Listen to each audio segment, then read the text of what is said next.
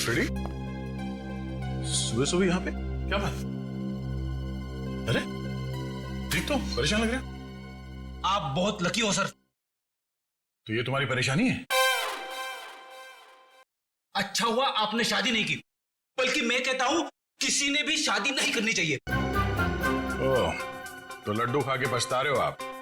बीवी से तू मैं करके आ रहे हो यहाँ पे? हाँ, तू मैं? अरे सर, मेरे घर में सिर्फ मैं चलती है। क्या हुआ क्या एग्जैक्टली?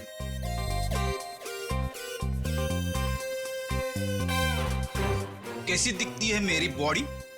एकदम फिट लगता हूं कि नहीं? हाँ हाँ बिल्कुल फिट है। मगर मेरी पत्नी मुझे फैट कहती है। ओह, अब फिट और फैट के बीच में अंतर है कि नहीं? बिल्कुल। मगर उसे कौन समझाएगा? कल रात को मैं खटिया पे सोने गया तो खटिया टूट गई। टूट गई? हाँ, इसमें मैं क्या करूं? खटिया पुरानी थी। कहने लगी तुम्हारा वेट बढ़ गया है। तुम एक्सरसाइज नहीं करते? तुमने एक्सरसाइज करना छोड़ दिया? टाइम कहां से निकालूं सर? दिन में सीआईडी की ड्यूटी, शाम को वाइफ की ड्यूटी। अब इस बीच में मैं जिम कब जाऊं सर? मैंने उससे कहा कि तू शाम को अकेली बाजार जाया कर ताकि मुझे जिम जाने के लिए वक्त मिले, लेकिन नहीं, भड़क गई मेरे पे। कहने लगे कि तू पहले तो बहुत टाइम निकालता था, मेरे इर्द गिर्द भौरे की तरह घूमता था, लेकिन अभी 1 घंटे की फुर्सत भी नहीं है तुम्हारे पास। मैं क्या करूं सर? ये तो बहुत गलत हुआ, कुछ करना पड़ेगा। एक काम करते हैं, भाभी को फोन लगा के बात करता हूं मैं उनसे। अरे नहीं सर।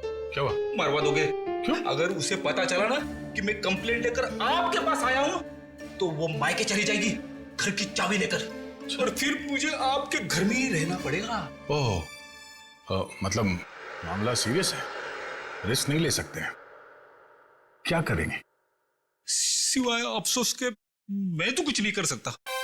मेरे पास एक उपाय है। क्या? भाभी को लगता है कि तुम फैट हो, फिट नहीं हो, है ना? तो तुम फिट हो जाओ। कैसे? एक्सरसाइज करके।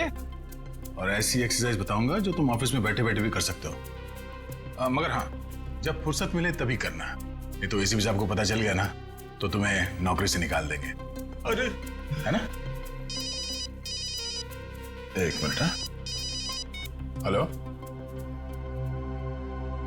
क्या? कहां पे?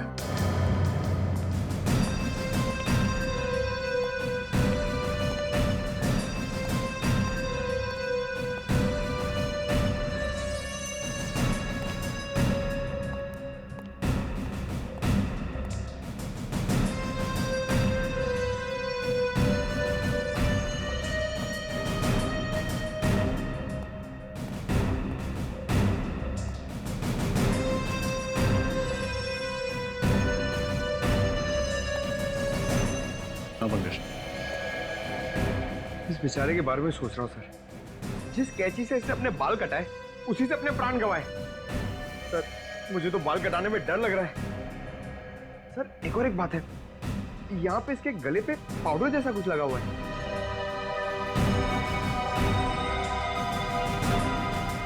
हाँ शंभू जी, बताइए क्या हुआ यहाँ पर? क्या देखा आपने? साहब रोज मॉर्निंग वॉक पे जाया करते थे और आते वक्त हमेशा दरवाजे पे लगा हुआ अखबार उठा लेते थे। आज सुबह जब मैं काम पर आया तो मैंने देखा अखबार वैसे ही दरवाजे पे लगा हुआ है। तो मैंने सोचा कि साहब सो रहे होंगे, तो मैं फिर उनके लिए चाय बनाकर जब उनके रूम में जाने लगा तो मैंने देखा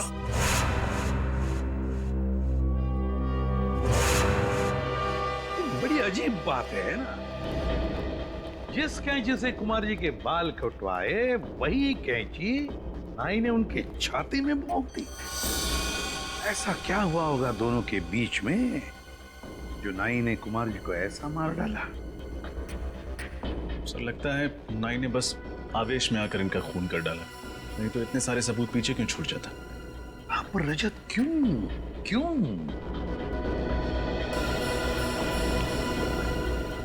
मुझे एक बात बताओ, आपके कुमार साहब करते क्या थे? ये छोटे छोटे धंधे वाले जो लोग हैं ना, उनको कर्जा दिया करते थे। अच्छा, कर्जा देते थे। वैसे आप कितने सालों से काम कर रहे हैं यहाँ पर? वो जब स्कूल जाते थे। घर के बाकी परिवार वाले कहाँ पर हैं? मेम साहब तो बच्चों के साथ अपने मायके गई हैं दिल्ली। मैंने उनको फोन कर दिया है। एक बात बताओ, क्या कुमार जी अपने बाल घर पर ही कटवाते थे? नहीं साहब, पहले ऐसा कभी नहीं हुआ। वो तो हमेशा सैलून में जाके बाल कटवाया करते थे। मतलब पहली बार उन्होंने घर में बाल कटवाए? इतनी रात गए? हाँ जी। रेडी? इस घर की एक एक चीज को अच्छी तरह से देखो, एक एक सबूत उठाओ और फोरेंसिक लैब भेज दो। रजत, कुमार जी के नाई का पता लगाओ। उठाओ उसे। कुमार के नाई को बुलवा लिया? हाँ सर, इसका नाम सुंदर है और पिछले 4 सालों से कुमार के बाल यही काट रहा था। ये सुंदर, ये कुमार तुमसे ही बाल कटवाते थे? जी सर, 4 साल पहले जब मैंने अपनी दुकान की शुरुआत की थी, तब से ही कुमार जी सिर्फ मुझसे ही बाल कटवाते थे और लगभग हर महीने 5 तारीख को वो दुकान पर आ जाते थे। अच्छा, जब कुमार जी का खून हुआ तो आप कहाँ थे? सर, मैं अपने दोस्तों के साथ 10 से 12:30 के शो के लिए गुड मूवी हॉल में सिनेमा देखने गया था। आप चाहें तो मेरे दोस्तों से भी पूछ सकते हैं। इसकी जरूरत नहीं पड़ेगी। पूर्वी, गुड मूवी हॉल का सीसीटीवी फुटेज चेक करो, देखो क्या सुंदर सच बोल रहा है या पिक्चर के बीच में जाकर कहीं आया तो नहीं। पंकज, जब तक फुटेज चेक नहीं होता चाय कॉफी पिलाओ इसे। हैं? एक बात समझ में नहीं आ रही, जो आदमी, मेरा मतलब है कुमार, हर महीने के 5 तारीख को ही बाल कटवाता था, उसी रात, मौत की रात 11 बजे ही बाल कटवाने की उसे क्या जरूरत पड़ी? सर, अभी भी पता चला है कि बैंड्रा में एक आदमी का खून हो गया है और उसे भी कुमार की तरह मारा गया है। उसकी लाश को फॉरेंसिक लेके आ रहे हैं सर। 2 खून एक तरीके से, कहीं दोनों खूनों में कोई संबंध तो नहीं? विजीत, अब तो इस सालून ही बताएगा क्या संबंध है इन दोनों खून में। हाँ सालून के, उस सलून किलर के बारे में क्या पता चला?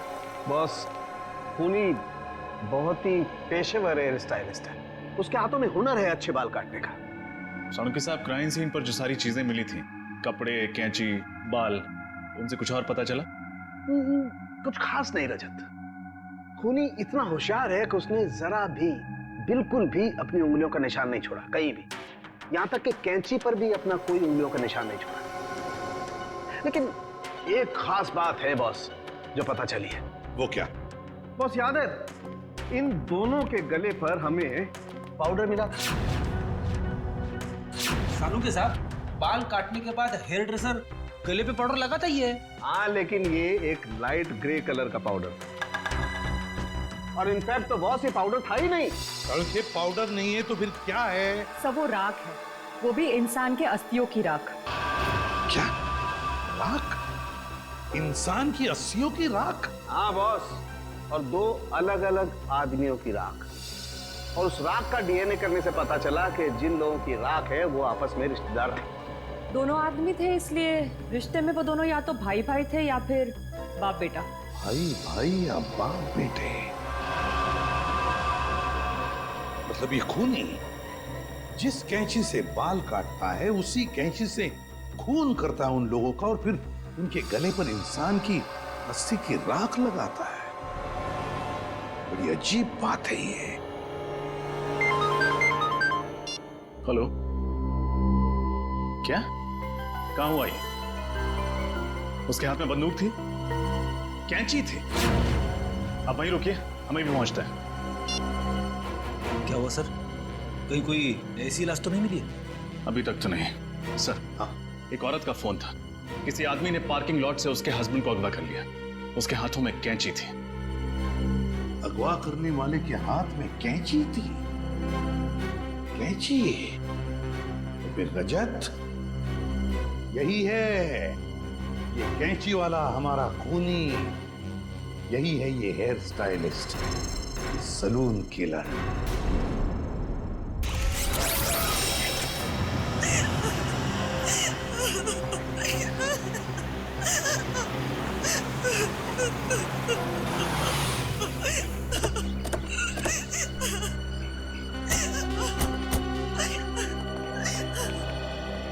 आपने सीआईडी ब्यूरो में फोन किया था मैडम? हाँ सर, मैंने ही फोन किया था। सर वो लोग मेरे पति को ले गए सर। मेरे पति को बचा लीजिए सर, बचा लीजिए मेरे पति को। एक मिनट मैडम, शांत हो जाइए। आप ठीक से बताइए हुआ क्या, कौन ले गया आपके पति को? मुझे नहीं पता सर, मैंने उसे पहली बार देखा था। उसने अपने मुंह पर रुमाल बांध रखा था। मेरे पति जैसे ही गाड़ी से निकले, पता नहीं कहां से वो सामने आ गया और मेरे पति के मुंह पर रुमाल रखकर उन्हें बेहोश कर दिया। मैंने उन्हें बचाने की कोशिश भी की सर, लेकिन उस आदमी के हाथ में कैंची थी। ये देखिए सर, उसने मुझ पर भी वार किया, सो मैं डर गई और उसने मेरे बेहोश पति को गाड़ी में बिठाकर पता नहीं कहां ले गया। सर मेरे पति को बचा लीजिए सर, बचा लीजिए सर मेरे पति को। एक मिनट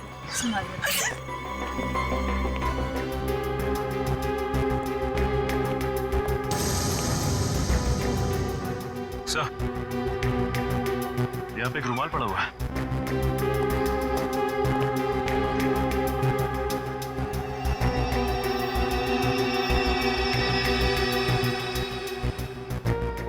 मैम, क्या ये कपड़ा इस्तेमाल किया गया था आपको पति को बेहोश करने के लिए?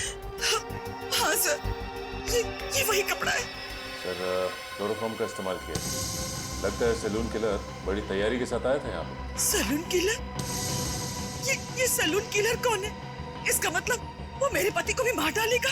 देखिए प्लीज, आप चिंता मत कीजिए। उससे पहले कि वो आपके पति तक पहुंचे, हम उसे ढूंढ निकालेंगे।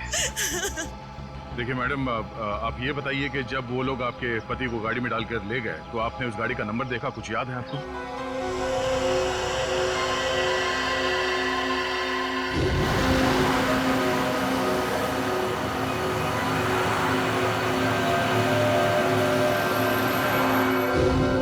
नहीं सर, नंबर प्लेट पे तो काला रंग लगा हुआ था, लेकिन गाड़ी के पीछे साइड पे कांच पे एक स्टिकर चिपका था जिसमें Q1 लिखा था। Q1? क्या उस स्टिकर पे कोई म्यूजिकल साइन भी बना हुआ था? हाँ। श्रेया, तुम इस Q1 के बारे में कुछ जानती हो? हाँ सर, Q1 एक दुकान है जहाँ गाड़ियों के म्यूजिक सिस्टम्स बेचे जाते हैं। ओह, गाड़ी के नंबर प्लेट को काली करने से उसने सोचा कि वो बच जाएगा। बेवकूफ आदमी। Q1 music.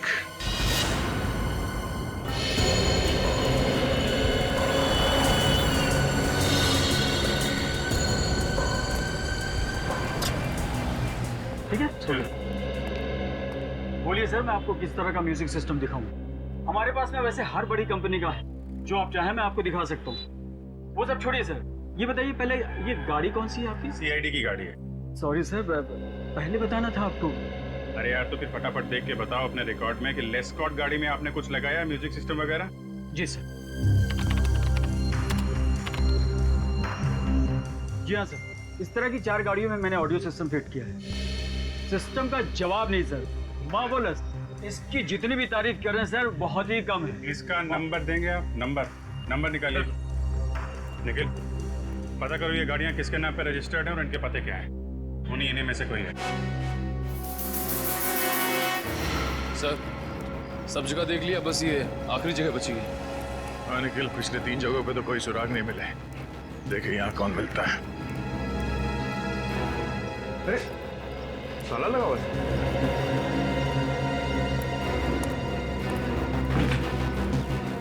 क्या बात है सर? हम लोग सीआईडी से हैं। हमें मिस्टर सुमुख से मिलना है। उनके नाम पे गाड़ी रजिस्टर्ड है XY35 MT645। घर पे नहीं है क्या वो? साहब, मैंने सुना था कि वो 2 महीने पहले ही मर गया था। क्या? सुमुख 2 महीने पहले मर चुका है? जी साहब। और आपको? सर, मेरा नाम सनी है सर, मैं इसी खुली में रहता हूँ। सर, मैंने सुना था कि दोनों बाप बेटे ने आत्महत्या कर ली थी। बेचारे दोनों इसी खोली में जल के मर गए थे। ये सब कैसे हुआ? आप लोगों ने बचाने की कोशिश नहीं की? वो सब कुछ आधी रात को हुआ ना, तो किसी को पता ही नहीं चला। मैंने भी कोई आवाज नहीं सुनी। आप साहब, मेरा नाम कांता है, मैं बाजू वाली खोली में रहती हूँ। अच्छा, ये सुमुख की जो गाड़ी है वो कहाँ है? गाड़ी? क्या सुमुख के पास गाड़ी थी? साहब, हमने तो कभी नहीं देखी। और सुमुख तो चल ही नहीं पाता था साहब, तो गाड़ी कैसे चलाता? सुमुख चल नहीं पाता था?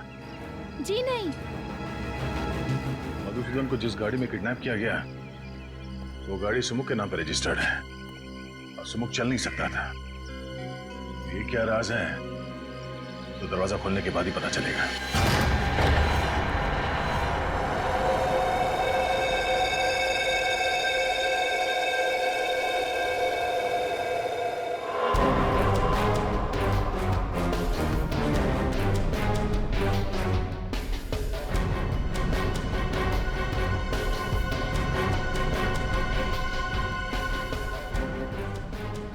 जलकर आत्महत्या कर लेते हैं। जब तक दोनों जलकर पूरी तरह से राख नहीं हो जाते यहाँ पड़ोसियों को कुछ पता तक नहीं चलता। बड़ी अजीब बात है। मतलब सर आपको शक है कि सुमुख और उसके पिता ने आत्महत्या नहीं की, उन दोनों को किसी ने जला के मारा था और अब कोई उनकी मौत का बदला ले रहा है? हाँ, और वो आदमी सुमुख का कोई करीबी दोस्त हो सकता है या फिर उसके पिता का कोई करीबी रिश्तेदार। लेकिन एक बात है। वो कैसे? डॉक्टर सालुंके ने हमें बताया था कि मिस्टर कुमार के गले पे जो राख मिली थी वो दो अलग अलग लोगों के थे और दोनों रिश्तेदार थे। तो हो सकता है कि दोनों बाप बेटे हो। सर इसका मतलब वो राख सुमुख और उसके पिता की है? हाँ मुझे शक तो है और कंफर्म करना बहुत जरूरी है। एक काम करो, डीएनए टेस्ट के लिए उनके बाल उठा लो यहाँ से और बाथरूम से टूथब्रश और घर की अच्छी तरह से तलाशी लो। देखो कुछ मिलता है।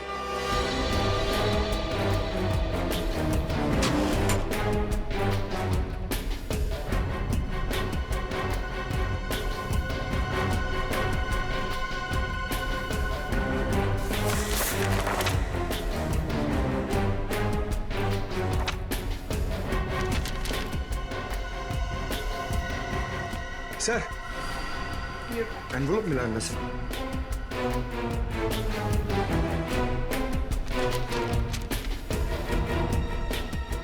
ये तो लोन एप्लीकेशन है। Golden finance loan application form. Golden finance और प्राइवेट फाइनेंस कंपनी है, कोई बैंक नहीं है। और ये फाइनेंस कंपनी का लोन एक्नॉलेजमेंट लेटर 2 महीने पहले का है। सुमुख के मरने से 2 महीने पहले का। क्या पता चला? तो सुमुख के घर से जो टूथब्रश और बाल के सैंपल आप लोगों ने भिजवाए थे उसकी डीएनए टेस्ट की रिपोर्ट आ गई है। और नतीजा? Perfect match. दोनों लाशों के गले पे पाई गई राख सुमुख और उसके पिताजी की ही है। मतलब मेरा शक सही निकला। कोई तो है जो सुमुख और उसके पिता की मौत का बदला लेना चाहता है। लेकिन सर ये समझ में नहीं आता कि मिस्टर पार्थ और मिस्टर कुमार को मारने से पहले खूनी ने उनके बाल क्यों काटे? एक क्राइम सीन को एक सैलून का रूप क्यों देना चाहता? रजत, सबसे पहले हमें यह पता लगाना चाहिए कि ऐसे कौन करीबी लोग हैं सुमुख और उसके पिताजी के जो उनकी मौत का बदला लेना चाहते हैं, और फिर इन दोनों ने आत्महत्या क्यों की? सर ऐसा भी तो हो सकता है कि किसी ने उन दोनों को मार डाला हो और आत्महत्या दिखा रहा हो। और सर मिस्टर पार्थ और मिस्टर कुमार को खूनी ने उनके घर में ही मारा, लेकिन मिस्टर मधुसूदन को उसने अगवा कर लिया जानबूझ के। हो सकता है मधुसूदन को किसी खास जगह ले जाकर के मारना चाहता हो।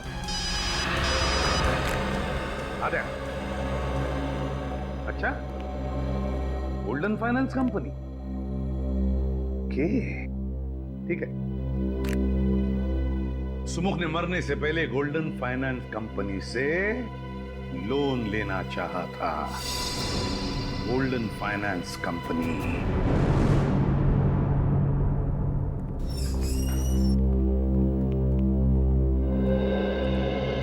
Hello sir, welcome to Golden Finance. कहिए मैं आपकी क्या मदद कर सकती हूँ? देखिए, हम लोग सीआईडी से हैं और आपकी कंपनी के मालिक रघुवीर से मिलना चाहते हैं। सीआईडी से? क्या बात है सर? हमें उनसे कुछ पूछताछ करनी। कहाँ है वो? सर रघुवीर सर तो नहीं है और आज वो ऑफिस में भी नहीं आने वाले। क्यों नहीं आने वाले? सर उनके पार्टनर मिस्टर पार्थ की हत्या हुई थी तो आज उनकी शोक सभा है, तो सर वहीं पे गए हैं। पार्थ? ये वही पार्थ तो नहीं जिनका बांद्रा में खून हो गया? जी सर, वही। अच्छा, क्या पार्थ और रघुवीर कंपनी में पार्टनर्स थे? काफी समय से वो दोनों साथ में काम कर रहे थे और ज्यादातर फैसले मिस्टर पार्थ ही लिया करते थे। Thank you very much. Okay sir. पता लगाना पड़ेगा ये सुमुख पार्थ को जानता कैसे था और फिर उसने पार्थ को मारा क्यों। मैं बिल्कुल अकेली रह गई। आपके बिना मेरे जीवन का कोई मतलब नहीं। मैं कैसे जीऊंगी? एक्सक्यूज मी, रघुवीर। मिस्टर रघुवीर। जी सर। जी नहीं रघुवीर। माफ करना, इस समय आपको डिस्टर्ब कर रहे हैं हम लोग सीआईडी से हैं। जी सर। मिस्टर पार्थ आपके बिजनेस पार्टनर थे? जी हाँ सर। 20 साल पहले मैंने एक कंपनी शुरू की थी जो पिछले 10 साल से घाटे में जा रही थी। पार्थ अगर उसे ज्वाइन नहीं करता तो कंपनी डूब जाती सर। मैं रोड पे आ जाता। बहुत अच्छा आदमी था सर। अच्छा, आपने कभी किसी मिस्टर कुमार या मधुसूदन का नाम सुना? नहीं सर, मैं इन दोनों लोगों से नहीं मिला और ना ही कभी पार्थ के मुंह से इनका नाम सुना है। लेकिन क्या हुआ सर? मिस्टर कुमार का भी खून ठीक उसी तरह से हुआ है जैसे मिस्टर पार्थ का हुआ है, और हमें शक है कि मधुसूदन को भी उसी खूनी ने अगवा किया है। खैर, अब ये बताइए कि आपको किसी पे शक है? नहीं सर, मुझे किसी पे शक नहीं है। पार्थ बहुत ज्यादा प्रोफेशनल था, वो अपने घर और काम से मतलब रखता था। ना तो उसकी कोई बुरी सोबत थी और न ही उसे कोई बुरी आदत थी। मिस्टर पार्थ ने कभी सुमुख नाम के किसी आदमी के बारे में कुछ बताया आपको? सुमुख? हाँ, सुमुख नाम के एक आदमी ने हमारी कंपनी में एक लोन के लिए अर्जी दी थी 25 लाख रुपए की, लेकिन पार्थ ने उसे रिजेक्ट कर दिया था। ओह, और उन्होंने ऐसा क्यों किया था, कुछ पता है? नहीं सर, लेकिन एक बात जरूर है, पार्थ को अगर लगता था कि कोई आदमी हमारा पैसा नहीं लौटा पाएगा तो वो उसकी अर्जी नामंजूर कर देता था, और उसका ये फैसला हमेशा ठीक होता था सर। इसीलिए हमारी कंपनी फायदे में चल रही थी। थैंक यू रघुवीर, थैंक यू। तो शायद सुमुख ने मिस्टर कुमार और मधुसूदन दोनों से भी कर्जा मांगा होगा। वैसे उनकी तो कोई भी फाइनेंस कंपनी नहीं थी। लेकिन कभी कभी बिजनेसमैन ऊंचे ब्याज पर कर्जा दे दिया करते हैं। एक काम करो, मिस्टर कुमार और मधुसूदन, इन दोनों के परिवार वालों को और उनके ऑफिस में जितने लोग काम करते हैं उन सबको ब्यूरो बुलाओ। सर, ये कुमार जी की पत्नी है और ये मधुसूदन जी की पत्नी है। और सर, ये दोनों मधुसूदन जी की कंपनी में काम करते हैं। सर, मेरे पति का कुछ पता चला? वो सही सलामत तो है ना? देखिए, आप बिल्कुल चिंता मत कीजिए, आपके पति को हम सही सलामत वापस ले आएंगे। हम पूरी कोशिश कर रहे हैं। वैसे मिस्टर कुमार छोटे छोटे बिजनेस में इन्वेस्ट करते थे, है ना? और मिस्टर पार्थ की कंपनी लोगों को बिजनेस के लिए पैसे उधार देती थी। तो क्या वैसे ही मधुसूदन जी भी व्यापारियों को पैसे उधार देते थे, लोन देते थे? जी हाँ सर, वैसे तो हमारा टेक्सटाइल का बिजनेस है, लेकिन मेरे पति लोगों को बिजनेस के लिए प्राइवेट लोन भी दिया करते थे। आप लोग मधुसूदन जी के ऑफिस में काम करते हैं। जरा याद करके बताइए, कोई सुमुख नाम का आदमी आया था क्या उनसे लोन मांगने के लिए?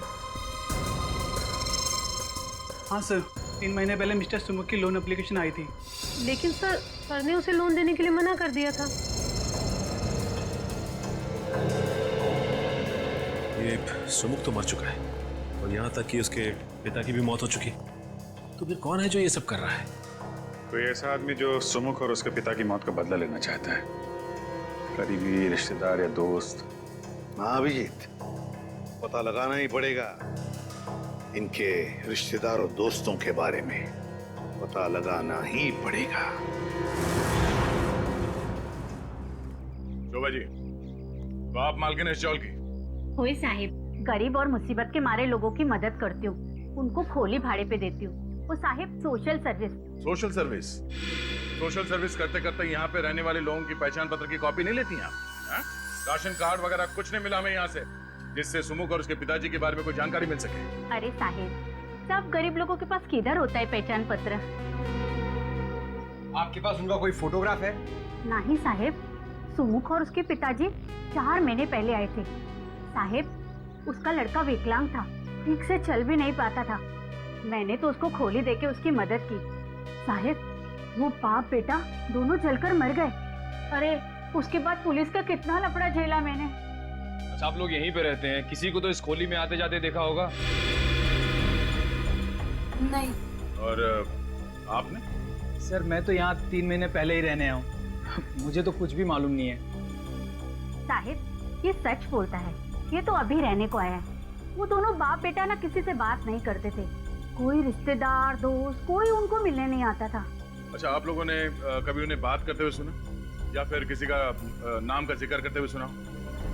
याद करिए। हाँ साहब, मरने से 3 दिन पहले रात को बाप बेटे में खूब झगड़ा हुआ और किसी बात को लेकर बहस भी हो रही थी। कैसी बहस? वो सुमुख अपने पिताजी को किसी कागज पे साइन करने के लिए कह रहा था और उसके पिताजी चिल्ला चिल्ला कर कह रहे थे कि मैं कोई साइन नहीं करूंगा। सर शायद सुमुख अपने पिताजी से किसी लोन के कागजात पे साइन करने के लिए कह रहा हूँ, गारंटर के तौर पर, या किसी चीज को गिरवी रखे और उसके पिताजी मना करें इस बात के लिए। हो सकता नहीं, पर अब भी सवाल वही है कि आखिर वो कौन है जो सुमुख और उसके पिताजी की दर्दनाक मौत का बदला लेना चाहता है। ये सलून किलर आखिर है कौन? ये कैसे हो सकता है अभिजीत? 4 महीने से सुमुख अपने पिताजी के साथ उस चाल में रह रहा है और फिर भी किसी भी पड़ोसियों को उनके बारे में कुछ पता तक नहीं। सर पड़ोसी बता रहे थे दोनों बाप बेटे में बनती नहीं है, बहस होती रहती है, इसलिए सुमुख के पिताजी ज्यादातर घर के बाहर रहते हैं और ये सुमुख अपाहिज होने के कारण घर के अंदर। बाप बेटे किसी से बातचीत भी नहीं करते। सर बाप बेटे के आपसी झगड़े से किसी का क्या लेना था? और कोई इन्हें जला के क्यों मारेगा? और फिर खूनी ने मधुसूदन को क्यों किडनैप किया? और अगर किडनैप किया भी है तो छुपा के कहां रखा होगा?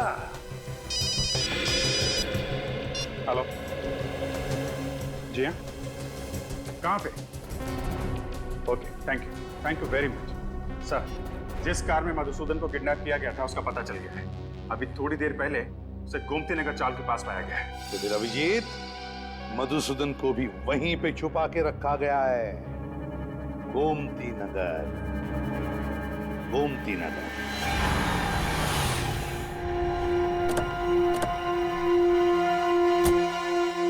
यहां से हमें पैदल ही जाना होगा, लेकिन सावधान रहना, खूनी कभी भी कोई भी हरकत कर सकता है। इस बार वो हमारे हाथों से बचना नहीं चाहिए।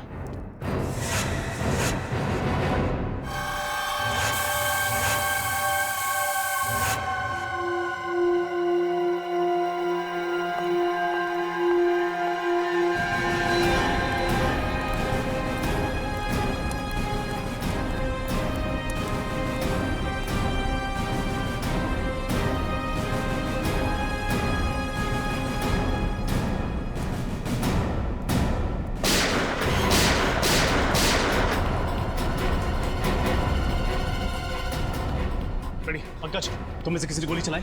नहीं सर, मैंने तो गोली नहीं चलाई। नहीं सर, मैंने नहीं चलाई। तब तो ये जरूर उसे खूनी का काम होगा। जिस दिशा से गोली की आवाज आई है उधर आ जाओ।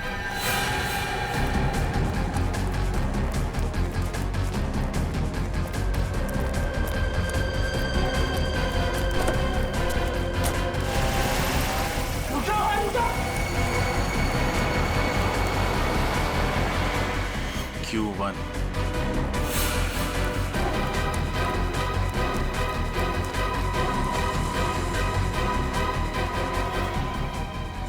जिंदा है, इसे संभालो।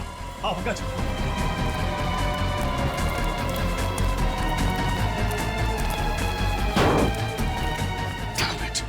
खूनी को पता चल गया था कि हम यहाँ पहुंच चुके हैं। वापस चलो।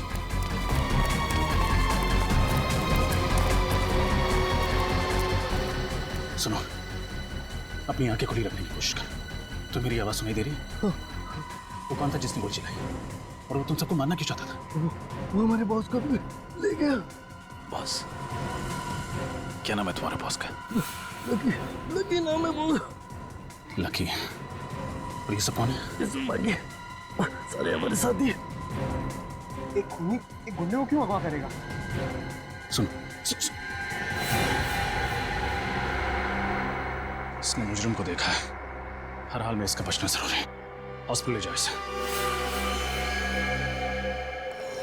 चलो आओ, जल्दी जल्दी।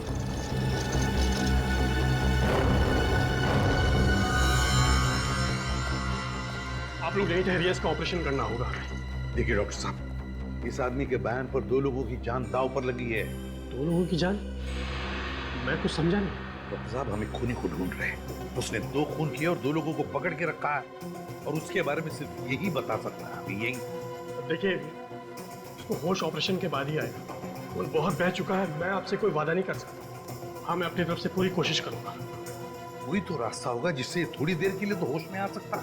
प्लीज डॉक्टर साहब, ऑपरेशन में वक्त लगेगा और इसे होश भी पता नहीं कब आएगा। उन 2 लोगों की जान बचाने के लिए 1-1 मिनट कीमती है। अगर ऐसा है तो एक रास्ता है, हम इसे होश में ला सकते हैं। एक रास्ता है, हम इसे होश में ला सकते हैं। क्या? मैं इसको एड्रेनालाइन का इंजेक्शन देता हूँ। नर्स, जल्दी जाओ। उसको देने के बाद इसको तुरंत होश आ जाएगा, लेकिन उसका असर कुछ देर तक रहेगा। लेकिन उसके बाद इसे फौरन ऑपरेशन थिएटर ले जाना होगा, और मैं आपको 1 सेकंड भी नहीं दे सकता उसको। ठीक है।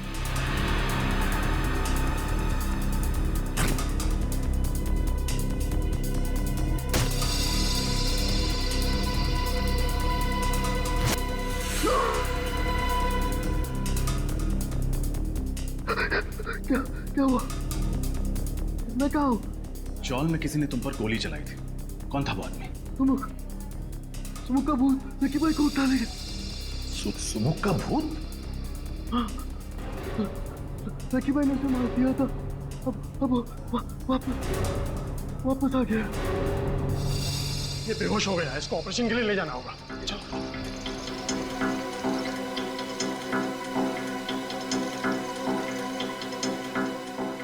सुमुख जिंदा है? उसी की तो राख मिली थी ना कुमार और पार्थ के गले में, तो फिर ये सुमुख जिंदा कैसे हो सकता है?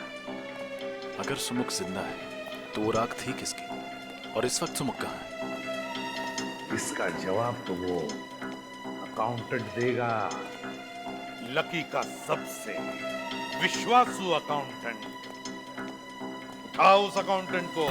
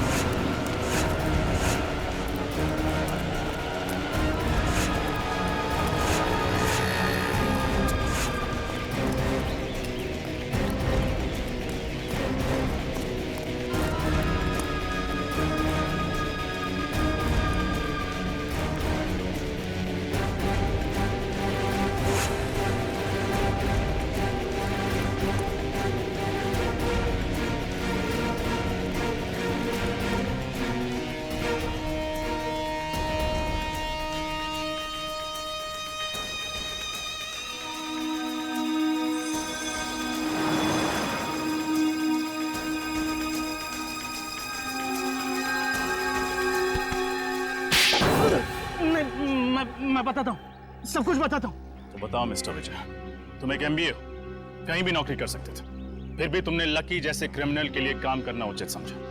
उसके गैर कानूनी धंधों का हिसाब किताब तुम ही संभालते हो ना? हाँ, मैं ही संभालता था। सुमुख के बारे में क्या जानते हो? सुमुख? उसने तो लकी भाई से 25 लाख रुपए उधार लिए थे, लेकिन समय पर रकम लौटा नहीं सका, और उस वक्त लकी भाई को शहर में अपने नाम की धाक जमानी थी, इसलिए उन्होंने सुमुख और उसके पिताजी को मरवा दिया। लेकिन आप सुमुख के बारे में क्यों पूछ रहे? वो तो एक छोटी सी मक्खी। जिसे तुम एक छोटी सी मक्खी कह रहे हो, उसने लकी को अगवा किया, उसके सारे आदमियों को मरवा दिया। एक अपाहिज ने तुम्हारे लकी भाई को खत्म कर दिया, समझे तुम? अपाहिज? कौन है अपाहिज? सुमुख तो अपाहिज नहीं था। क्या? सुमुख अपाहिज नहीं था? नहीं, लेकिन चौल में सबने बताया था कि वो अपाहिज था। नामुमकिन है। जब वो लकी भाई से उधार मांगने के लिए आया था तब मैं वहां पर मौजूद था। किस लिए मांगने आया था वो पैसे? वो नई दुकान खोलना चाहता था और अपने पिताजी के लिए नया घर लेना चाहता था, लेकिन वो अपने पैरों पे चलकर वहां पर आया था और अपने पैरों पर ही वहां से गया। सरफिरी है कौन जो नकली सुमुख बन के घूम रहा है, जबकि असली सुमुख अपाहिज था और अपने पिताजी के साथ जल के मर चुका है? कौन ये बहरूपिया? अच्छा, तुम्हारे पास उस आदमी का पता है जो लकी से पैसे मांगने आया था? हाँ।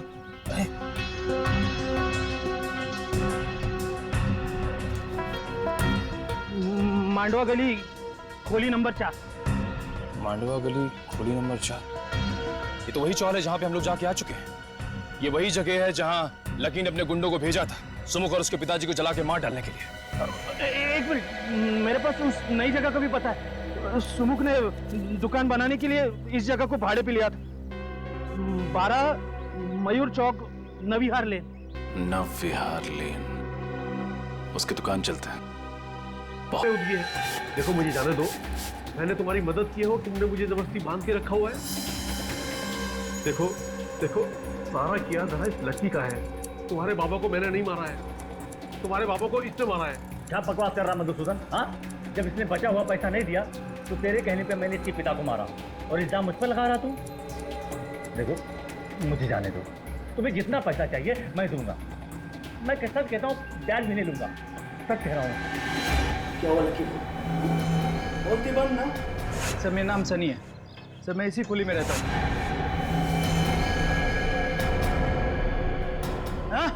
आप?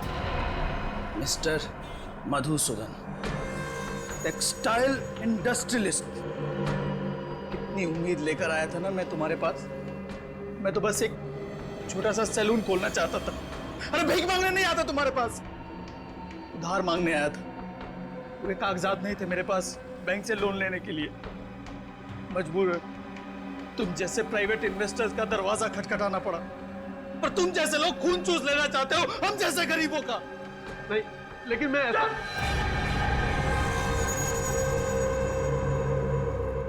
लकी भाई, एक किस्त देने में देर कर देने पर कोई किसी के बाबा और उसके निर्दोष बेटे को चलाकर मार सकता है क्या? हाँ? गलती हुई है, माफ कर दो प्लीज। अब मैं माफी मांग रहा हूँ। इसके बहकावे में आ गया था मैं, इसके मधुसूदन के, इसीलिए मैंने किया था। लेकिन सुनो, मुझे एक बात समझ में नहीं आई। मैंने तुम्हें और तुम्हारे पिता को जलाकर मार डाला था, तुम जिंदा कैसे बच गए? तुम्हारे बेवकूफ गुंडों ने मुझे नहीं मारा, मेरी जगह मेरे निर्दोष अपाहिज भाई को जलाकर मार दिया, समझे? क्या तुम्हारा छोटा भाई भी था? मेरा छोटा भाई भी था, वो चल नहीं सकता था। आखिर क्या दोष था मेरे भाई मृदुल का? उसको सुमुख समझकर इसके गुंडों ने जलाकर मार दिया। मधुसूदन, तुम ये सोच रहे हो ना कि आखिर अभी तक मैंने तुम्हें जिंदा क्यों रखा है? क्योंकि तुम मुझे अच्छा आदमी समझते हो और सिर्फ चेतावनी देकर छोड़ना चाहते थे। तेरी वजह से मैंने अपने पूरे परिवार को खो दिया है। तुझे बहुत बड़ी सजा दूंगा। तेरी आंखों के सामने मैं लकी का खून करूंगा ताकि तू देख सके कि मरते वक्त कितना दर्द होता है। उसके बाद मैं तुझे मारूंगा ऐसे ही, ताकि तू एक बार नहीं बार बार मर सके, बार बार मर सके। तुम ऐसा नहीं कर सकते लकी, तुम कुछ करो। हाँ मधुसूदन, मैं करता हूँ तुम्हारे अपने लिए कुछ। हाँ देखो प्लीज मुझे छोड़ दो please please please. Sumukh, CID, आप लोगों को इस जगह के बारे में किसने बताया? लकी के अकाउंटेंट। और तुम्हारा खेल खत्म। माफ कर दीजिए सर, मैं ऐसा नहीं था सर। बदले की आग में मैं अंधा हो गया था। मैं तो एक सीधी सादी जिंदगी जीना चाहता था। मैं एक हेयर स्टाइलिस्ट बनना चाहता था, लेकिन मेरे बाबा स्कूल टीचर थे। उन्हें मेरा ये बाल काटने का काम पसंद नहीं था, लेकिन मैंने भी ठान ली थी कि मैं हेयर स्टाइलिस्ट बनूंगा। जब मैंने एक सैलून में नौकरी करना शुरू की, मेरे बाबा ने मुझसे रिश्ता ही तोड़ लिया था। और तुम्हारे पिताजी शोभा जी की चौल में चले गए रहने के, और तुम भी उनके पीछे पीछे वहां चले गए और उसी चौल में रहने लगे। हाँ सर, जैसे ही मुझे पता चला कि बाबा और मृदुल वहां रहने लगे तो मैं भी वहां शिफ्ट हो गया। लेकिन मेरे बाबा तो मुझसे गुस्सा थे। उन्होंने चौल में किसी को नहीं बताया कि मैं उनका बेटा हूं, पर मैंने भी ठान ली थी कि अपना खुद का एक सैलून खोलूंगा और बाबा को साबित कर दूंगा कि एक हेयर स्टाइलिस्ट बन के भी एक इंसान कामयाब हो सकता है, उसे इज्जत मिल सकती। और इसीलिए तुमने लोन लेने के बारे में सोचा? हाँ हाँ सर, पर फिर भी मुझे बैंक से लोन नहीं मिल पाया। एक बार मैंने कोशिश भी की, बाबा को गारंटर के तौर पर लोन के कागजात पर साइन कराने के लिए कहा, लेकिन मेरी उनसे बहस हो गई। ये बात कांता ताई ने भी सुनी थी। पार्थ और कुमार उन लोगों ने भी मुझे कर्जा देने से मना कर दिया था सर। और आखिर में सलून खोलने के लिए तुमने लकी से पैसे उधार लिए, क्यों? हाँ सर, और मेरा सैलून ठीक ठाक चलने भी लगा था, बस एक किस्त देने में देर कर दी थी। लकी ने अपने गुंडे बेचकर मेरे बाबा और मेरे छोटे अपाहिज भाई को जलाकर मार दिया था।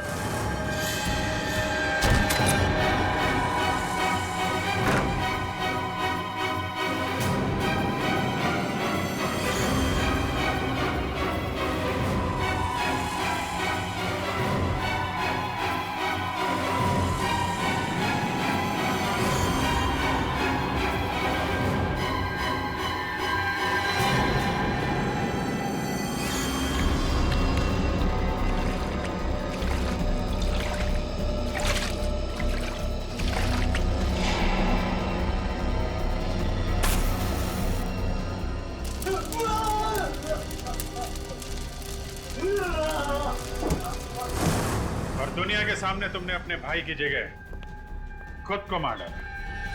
हाँ सर, मुझे मेरे पिताजी और मेरे भाई की मौत का गम बहुत सता रहा था।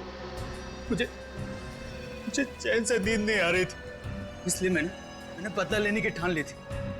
फिर मैंने उनको एक कमाल का हेयर कट दिया। सबको मैंने एक एक करके मार डाला।